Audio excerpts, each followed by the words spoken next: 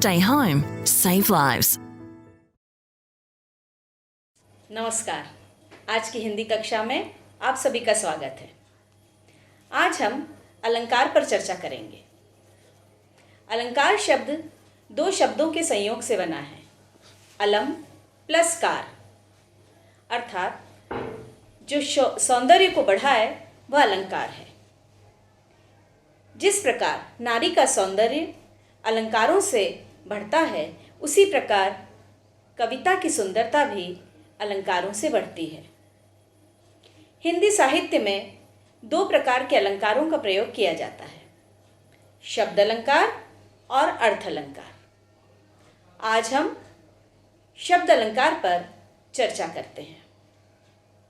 शब्द अलंकार यानी काव्य में जब शब्दों से सौंदर्य में वृद्धि होती है, तब वे शब्द अलंकार कहलाते हैं। ये तीन प्रकार के होते हैं, अनुप्रास, यमक और श्लेष। सर्वप्रथम हम अनुप्रास को समझने का प्रयास करेंगे। अनुप्रास में जब कविता में एक वर्ण की आवृत्ति होती है, या ये हम कहें कि एक वर्ण बार बार आता है, वह अनुप्रास अलंकार कहलाता है।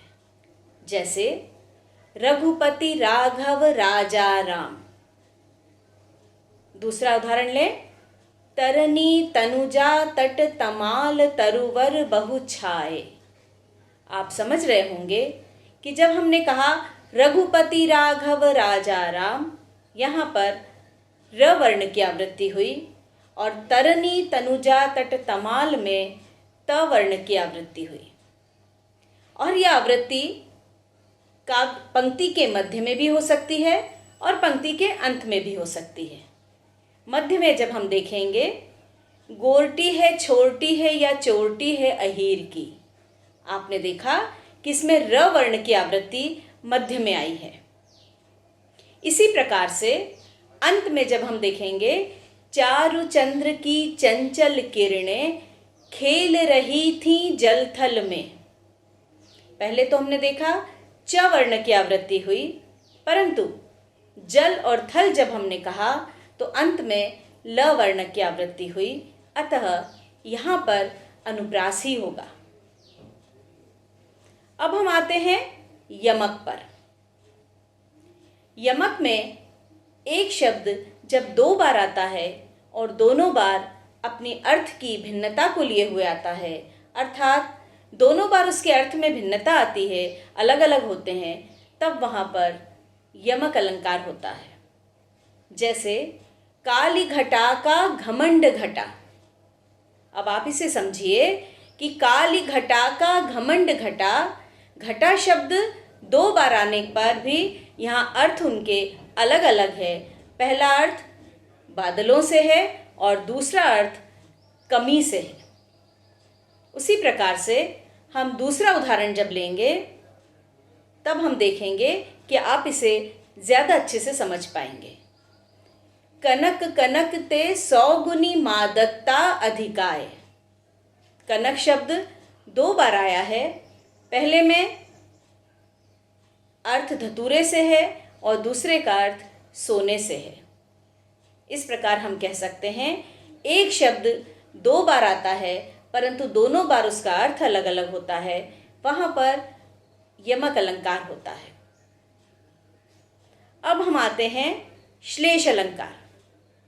श्लेष का अर्थ होता है चिपका हुआ, अर्थात जब एक शब्द में अनेक अर्थ चिपके हुए हों, वहाँ पर श्लेष अलंकार होता है। जैसे रहीमन पानी राखिए बिन पानी सब सून, पानी गए न उबरे मोती मानुष चून।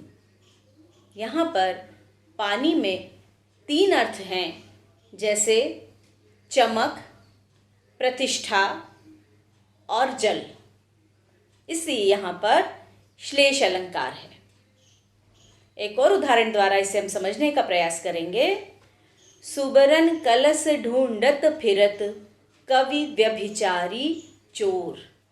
सुबरन के कई अर्थ होने के कारण इसे श्लेष अलंकार में रखा जाता है।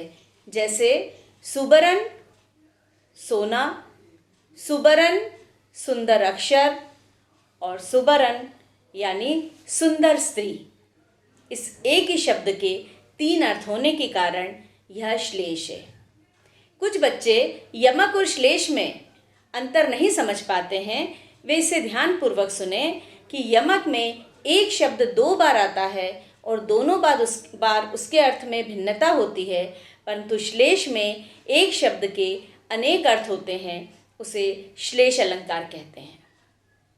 तो ये रहे 3 हमारे शब्द अलंकार। अगले वीडियो में अगली कक्षा में हम अर्थ अलंकार को लेकर फिर से उपस्थित होंगे। धन्यवाद।